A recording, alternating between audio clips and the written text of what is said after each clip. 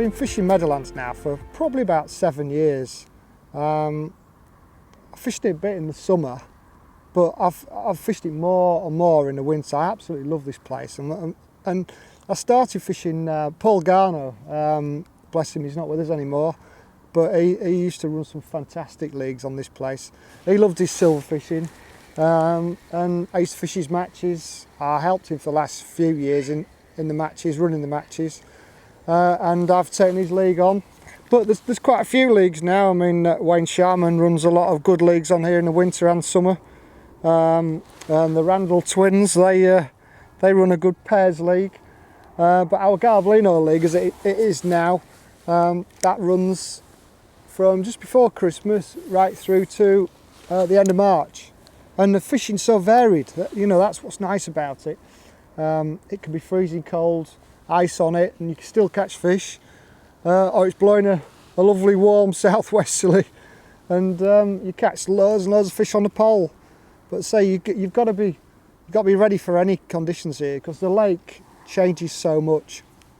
See today, like the wind's blowing down this way, and you know, if you've got a warm wind, today's a cold wind, but if you can get a warm wind, the fish will follow it down.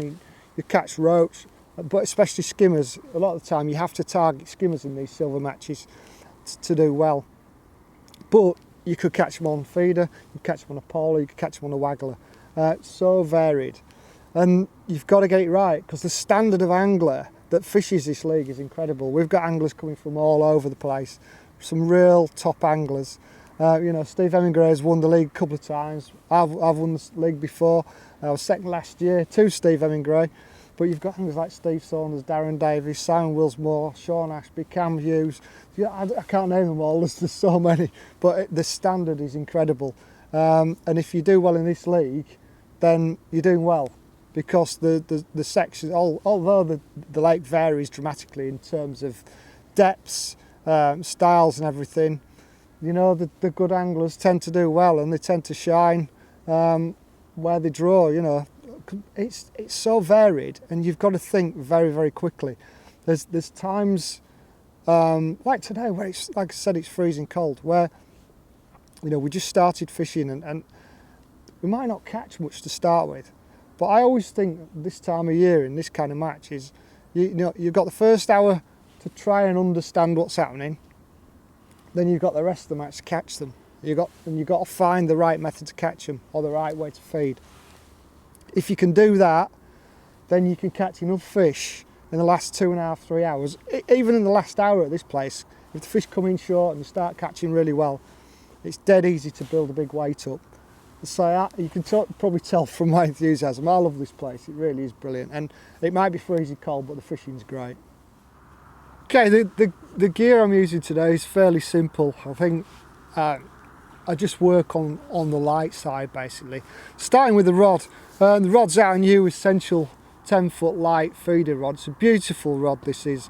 And as I mentioned in the feature, I love to use glass tips. This rod comes with glass tips and carbon tips, so it gives you a choice. If you've got a big toe on the water, you can use your carbon tips. If you've got no toe or light toe and you're getting these delicate bites, fishing little hooks, you can see every little indication. It's so important. Beautiful rod. I can't stress how important it is to have a soft rod. Yeah, you're only casting very little feeders, very light feeders. The feeder I'm using is basically one of our 3-square Garbolino feeders. It's about 20 grams of lead on it, but you can go up to about 30 grams normally. Again, depending on the wind. Just like a 020 or 022 diameter line, and going on to, that's the main line, and then going on to hook length, I use 010 or 012. The hook itself is fairly simple. Start off with an 18, a straightforward Camazon B911. It's quite a thick hook for this style of fishing, but I firmly believe that a slightly thicker hook is better. For these small skimmers, they tend to stay in a lot better. You don't pull out of anywhere near as many fish. So 16 and 18, again, using double maggots, single maggots, live maggots, dead maggots, pinkies. So it's a fairly straightforward setup in terms of products on there. The system I like most of all is I like to use what I call a swivel attachment, basically where I twist my line up and I have the line on a running swivel. Twisted line boom, it's absolutely perfect. Lots of people have seen how I do it, and we can show you in a little bit of detail exactly how it works. This is what I call my twizzle boom. It's what I use for most of my feeder fishing. I absolutely love it, and I just think it's a really easy, simple but effective way of fishing, especially when you're fishing for these skimmers, because a lot of times the bites are very delicate, but if you could fish a fixed feeder, then you'd probably have a few hook themselves, but I think you'd also miss out on a lot of fish that feel the resistance. So what this does, it's on a twizzle boom, and the line is running over a twisted loop of line there. So it's stopped by a glass bead at the bottom, and then about 3 inches of line. At the top of it is a single overhand knot, and basically you can see that offers resistance there, so the fish can actually prick itself and hook itself on that if necessary. If you haven't already picked up on that fish, then it'll hook itself. I think it's a really effective method. It's quite difficult to show how to do that today, but there is actually a link on the bottom of this feed now, so if you want to learn exactly how to do and how to tie this, you can go straight to that and you'll see how it works. A lot of the time in winter we don't use a lot of bait, but I can't stress how important it is to have a selection of bait. You never know what works on days like this. You know, you can come at my bait, starting basically with the ground bait. I use Tom Thick's Intelligent Black and the 100% Pure Expander from Mainline. Great fluffy light mix. You can alter the content, but the ground bait's got to be dark. Yeah, there's beauty about the ground bait is it's very fine. So I'm not feeding them a lot with the ground bait. It almost dissolves in the water, this stuff. It's brilliant. And then what you do is you add the particles to it. So whatever the day turns out to be, I always start with very little in my feed, but I'll put dead pinkies, I'll put dead maggots, red maggots, a few casters, and maybe a few worms. I often start the session without worms at all, because I firmly believe that the ground bait and the odd particles in the feed at the start draw a few fish in anyway. And I think that keeping pulps up very finely chopped worm up your sleeve for later on in the session often really helps draw fish in.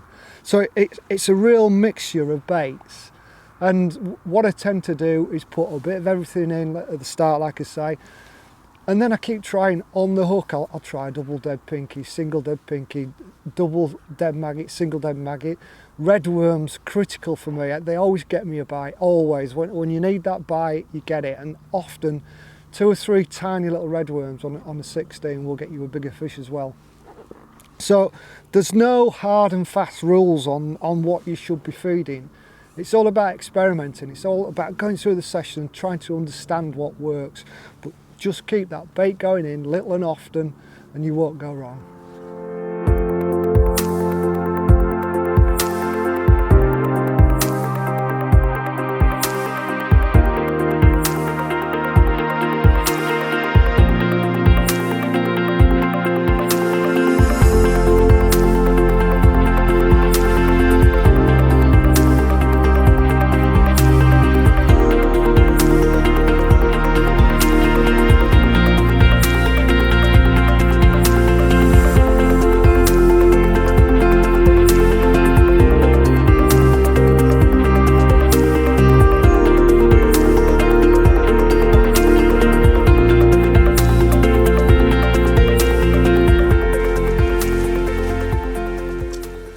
Well, we're quite a way into the session now, and it's been quite a slog at the start, but this is in my book is classic Meadowlands fishing in winter for silvers.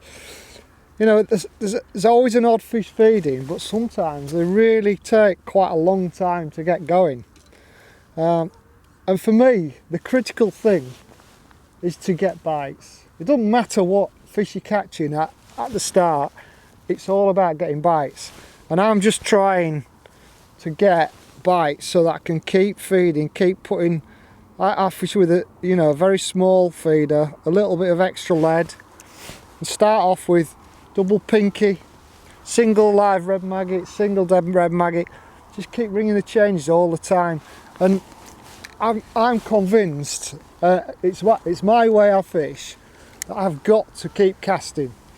I want bait to be going through the water all the time, because I believe that these skimmers, most of the time, they live off the bottom, and I feel like it's my job to actually make them go down and feed on the bottom. And especially at the start of the session, on a cold morning, where they're just set up in that warmer thermocline, they're really not inclined to feed. So my view is, if you can get any fish feeding, then you're casting constantly. You're bringing, if it's small skimmers, perch, roach, anything, then you're getting the bait's going in constantly all the time. And today was an absolute classic. We started the session and I've caught a skimmer straight away. I thought, here we go. But sometimes when you catch a skimmer straight away, it's not always a good sign. And then it just went very, very quiet. But I felt like I've got to keep casting. My way is to keep casting every 2 minutes, maximum 3 minutes. Little tiny feeder, fair, not much in the ground bait, but always something going in all the time. And slowly but surely, I started to catch smaller skimmers than normal, hand-sized skimmers. Oh, there's a bite, missed that one. But catching hand-sized skimmers, which meant, just like then, I've missed a bite, I'm back in, bait's gone. It tells you there's fish about. And I changed one thing. I actually started just putting ground bait in my feeder and not squeezing it as much as I normally would. So to try and get fish to feed, I've got just a real light squeeze, so that the ground bait's falling out of my feeder as it goes through the water. And I think that just encourages the smaller fish to have a go. Like I said, once they're feeding, once they're on the bait, there's more chance of you catching skimmers, better skimmers. And then it's just a case of ringing the changes, going through different baits to see what the best bait is. Excuse me, to see what the best bait is on the day. We've waited quite a long time to get decent fish, but what's happened, I was catching lots of 4-6 ounce skimmers at the start, but like I said, as the session's gone on, I got the smaller fish feeding. That's a perch, is that one? I've had a couple of perch as well. I've got the smaller fish feeding, but now it definitely seems that the better skimmers have moved in. And I think it's all to do with getting those smaller fish feeding, and I did that basically by just squeezing my feeder less, same amount of bait, but just trying to release the bait from the feeder as it's falling through the water. The water's quite clear. We've not got much movement on the water either, no tow and very little ripples, a bit more ripple now. But I think the conditions were sort of telling me that the fish really want to get their heads down on a lot of bait, and you just sort of got to be careful, feel your way into the session. And it's just getting better and better, this peg, and this is classic of what happens at Meadowlands and quite a few other fisheries like this in winter. If you chop and change with the method, often you can't build your peg. Like I said, if you were fishing a pole, you'd be constantly working your bait on the pole. You'd be constantly putting little bits of bait in, either through a catapult or a little pot on your pole, and trying to get that bait falling through the water. That's exactly what I'm trying to do with this little feeder at a slightly different distance, and it just works exactly the same. But you've got to be so regimental. At the start of the session, I'm talking 2 minute casts, 2 minute casts, But as the session moves on, you know, I look less at my stopwatch and more at my tip, and I'm starting to sort of live what's happening then. So I know when I need to when I need to reel in. I'm feeling that, and that's what it's all about. And it's the same with reading bites. Sometimes you're getting the tiniest little bites, and you lift up and they're on. Other times, there's nothing there. But it depends on the day, and you've got to. It's like, you know, when a float goes under, you've got to look. Was that the right bite? Should I strike? And it's trial and error. You've got to see what the best way is.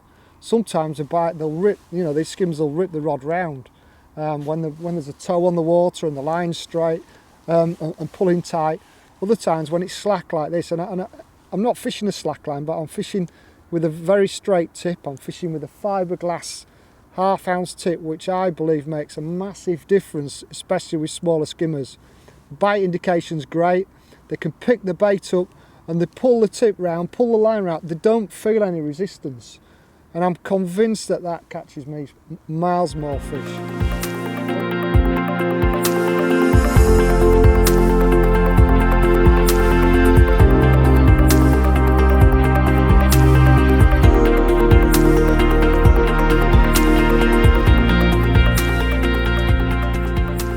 Not been easy, but as the day's drawn on, it's just got better and better, and now we're into the period where the fish have been feeding well for the last hour or so, and it's been a really great session.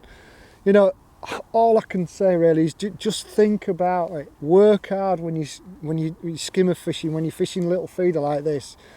You know, if you're in the area, in the Midlands, Meadowlands is a fantastic place to go and practice this kind of thing. It's a brilliant fishery for it, and Lambsdown Lake is superb.